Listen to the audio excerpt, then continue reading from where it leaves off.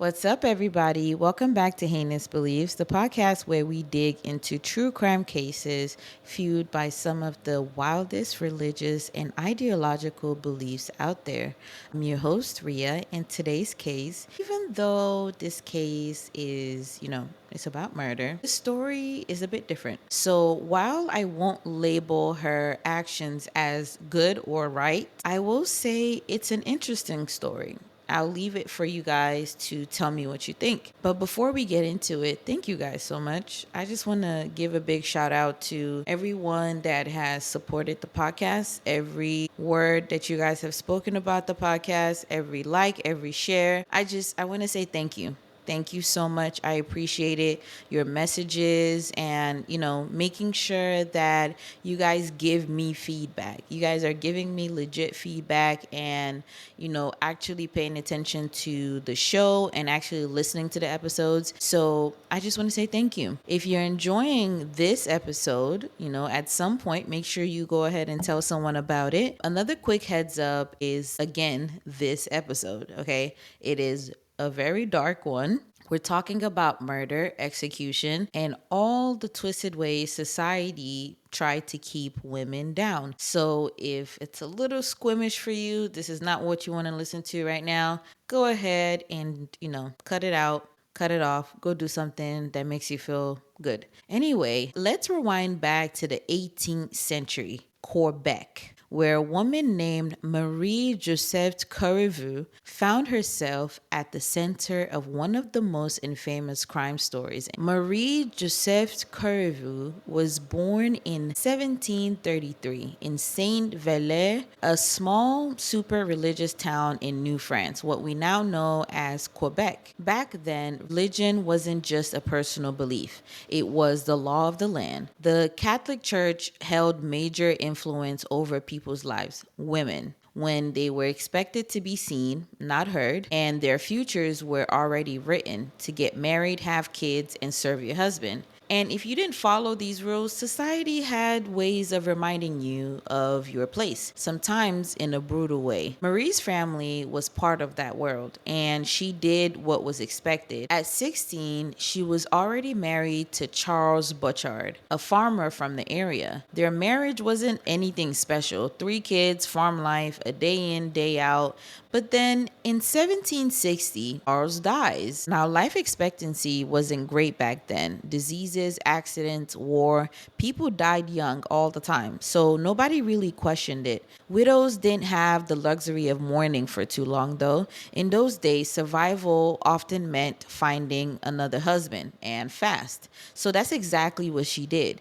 But her second husband, Louis Dodier, let's just say he wasn't a winning husband. This guy was known to be harsh, trolling, quick-tempered.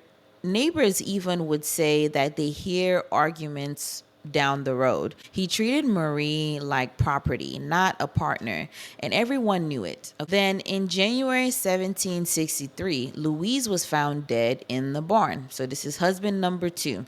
His skull was completely crushed. At first, it seemed like a freak accident, like maybe he got kicked by a horse or something. But you know how small towns are, people talk. And once the rumors started flying, there was no stopping them, okay? So at first, the police wrote it off. A barn is a dangerous place, slippery floors, heavy equipment, unpredictable animals, right? Maybe Louise just had a terrible accident. Tragic, but not suspicious. But then people started talking. You know how small towns are, gossip spreads. Marie wasn't acting the way that they thought a grieving wife should act. Instead, she was composed, maybe even too calm. Some might say too calm. Then there's the fact that her first husband, Charles Bouchard, had also died unexpectedly just a few years prior. Now that got people thinking and talking. Charles' death had been ruled natural, but in hindsight, some people are wanting to ask some more questions. Marie moved on fast after both losses and to a town that thrived on routine, tradition,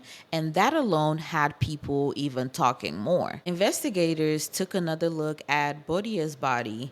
This is her second husband. This wasn't just a bad fall or a tragic accident. His injuries were severe, almost like someone had used a blunt object with serious force. This kind of head trauma didn't just happen by chance, obviously. It had to be deliberate, it had to be sudden, it had to be forceful. Suddenly, the whispers turned into accusations. Was it poison? Had she planned this? Was Marie-Josephte a woman who had figured out how to get rid of two husbands in the span of a few years? Right? People had speculations. How was she doing it? How did she kill two men on her own? How did she do this? In an era where women barely had any rights, the thought that one of them might be capable of calculated murder, that shocked people to their core. A woman wasn't supposed to be the villain. She was supposed to be the victim, right? A quiet, obedient wife. But Marie, she didn't fit that mold. And that made her dangerous in their eyes. So the authorities arrested both Marie and her father, Joseph. Under brutal interrogation, her father cracked, confessing to the crime. He claimed he acted alone, saying that he was just trying to protect his daughter from an abusive man. But was that really the truth? Or was he just trying to cover for his daughter? Right? Now, the trial was complete nonsense. It was too quick. It was not about justice. It was about maintaining control. The court proceedings were held before a British military tribunal, a system that was more focused on order than fairness. Marie wasn't judged by her peers. She was judged by people who already had a deep distrust of French Canadian women and their customs. Despite her father's confession, the jury wasn't buying it. They still saw Marie as guilty. Witnesses came forward, neighbors testified about her troubled marriage, but the evidence was weak. There was no forensic evidence. Of course, it's 17 something, right? No clear murder weapon. Instead, the case leaned heavily on rumors, character judgments, and let's be honest, back then, if a woman wasn't quiet, obedient, and, fit, fine, and silent, right? The tribunal did not deliberate long before handing down their decisions. Her punishment, not just death now. They made sure that she was going to be made an example of. Marie was sentenced to be hanged, but that wasn't even the worst part. After her execution, her body was placed in an iron cage called a gibbet and publicly displayed at Point Levy. This is like a square type of thing. This wasn't just about punishment, like I said earlier. It's not about justice. It was about sending a message. Authorities wanted everyone, especially women, to see her corpse and know that defying societal expectations came with a severe consequence. Okay, here's where I'm going to pause really quick. Okay, so let's pause here. I know a lot of you guys are probably waiting for the religious part, but we've already passed it, right? So Marie was in a society where religion controlled everything, and that means patriarchy would be controlling everything, right? So if you are in a society as a woman, in a society where you somehow have to fend for yourself by having to attach yourself to a man, right? Like that's the only way you could possibly see, life being any worth living, having some kind of quality of life would need you to in that time, to have any kind of good quality of life, you would have needed to be with a man, right? Now, in this case, the religion might not necessarily be the weapon, but the isolation, the religious dogma, the patriarchy that said religion, right? Because this is a small town. It's a small religious town that a lot of people would say was more like a cult. So it makes sense that a woman would see, her way out of this needing to be killing her husband. I understand it from a logical point of view. Now, do I think you needed to kill those men to get out of that situation? Absolutely not. They left her body out there for weeks. This message was clear.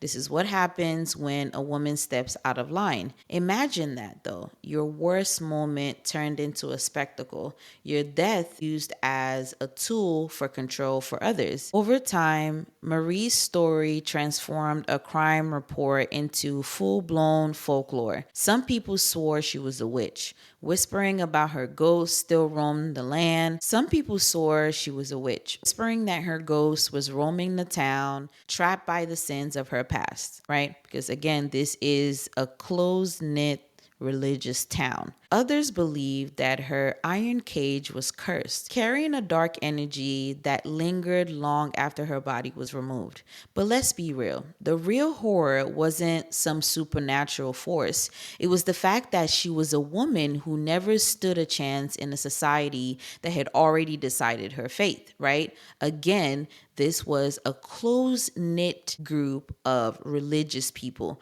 Whether she actually killed her husbands or not, that barely really mattered in the grand scheme of things, okay? The second she challenged the expectations placed on her by this religious community, whether by remarrying too soon or standing up for herself or simply not just being able to grieve her first husband, she was doomed. Her trial wasn't about justice. It was about making an example out of her. And that's the scariest part, that belief systems, things meant to bring order and structure, can be as easily manipulated into tools of control and oppression. That's what this story is about. Like I said earlier, it's a bit different.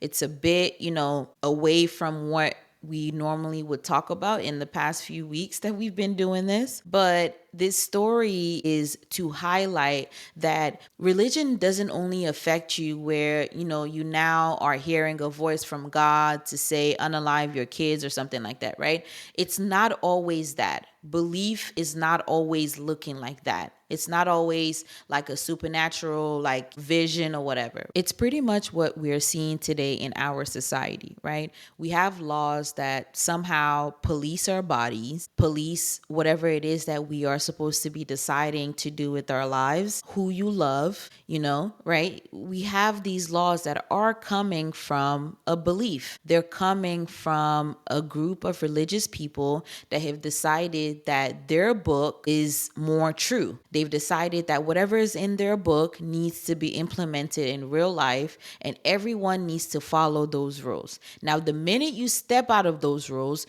you are automatically ostracized. You are automatically a target. You are automatically a problem. So I can only imagine what kind of personality Marie had for everyone to be like, oh yeah, she's just one of the ones that does not follow the rules, right? Now think about that kind of attitude in front of a misogynistic man, right? She's married to two men at this point. She has been married to two men. She married the first one, something happens to him, natural death. And then the second one somehow has blunt force trauma to his head, which her father confesses to, right? Her father confesses to it, but they completely ignore all of that because she's a woman. She's a woman and she needs to be made example of, right? So again, you guys, this is not always going to manifest as someone hearing a voice in their head or something like that. We're going to be covering all kinds of ways that belief has contributed to true crime. So whether she killed her husbands or not, she was convicted, executed, and made a public spectacle of, even in her death. So if we want to take anything out of this, I think it should be that when we talk about belief, it is dangerous in all kinds of ways. You can also see religion causing people to make drastic, illogical decisions that in their right mind, more than likely in better situations, in easier environments, they more than likely would not make. So yeah, I hope you guys have a good rest of your day. That is the rest of the episode. If this one got you thinking, share it out. Let's keep this conversation going, and also stay curious, stay questioning, and most of all, stay safe. Thank you guys so much. Bye.